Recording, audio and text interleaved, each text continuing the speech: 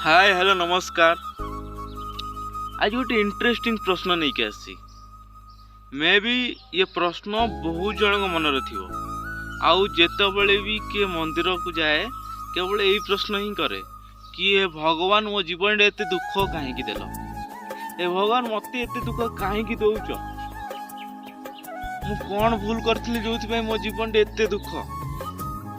तो तुम मानू यहीटा मु कहवाई चाहिए कि जेमती विद्यालय रे विद्या मिले आउ भोजनालय रे भोजन मिले, ठीक सही परी आमर ये स्पिरिचुअली भाषा या आध्यात्मिक भाषा रे ये संसार नाम हूँ दुखालय। बुझीपार मु कौन कहवाई चाहूँगी, जेमती विद्यालय रे विद्या आ भोजनालय रे भोजन मिले, ठीक सही परी ये दुखालय रे केवल दुख ही मिले। यदि तुम विद्यालय अलग किसी खोज ताले केबे मिलबनी कि भोजनालय जदि तुम अलग किसी खोज ताले मिलबनी।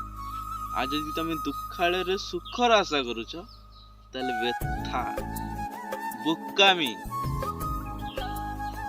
जदि एठी सुख मिली था ताले प्रभु श्री राम की श्री कृष्ण ताल तो आराम से एठी जन्म नहीं कि खुशी खुशी जी की पड़े था। तो सी एठी लगी दुख से पाइले, एते दुख को सी अनुभव कले, एते दुख को से ग्रहण कले, किसी शिक्षा देकी जाइछन्ती कि एटा होची दुखालय। जे पर्यंत बंचीच, जे पर्यंत ये शरीर रे जीवन अछि, से पर्यंत तुम दुख तुम पछ छाड़िब नाही। बुझीपारछ? तो दुख आ सुख सबको एक्सेप्टेड कर, दुख केबे सरीबनी मो भाई।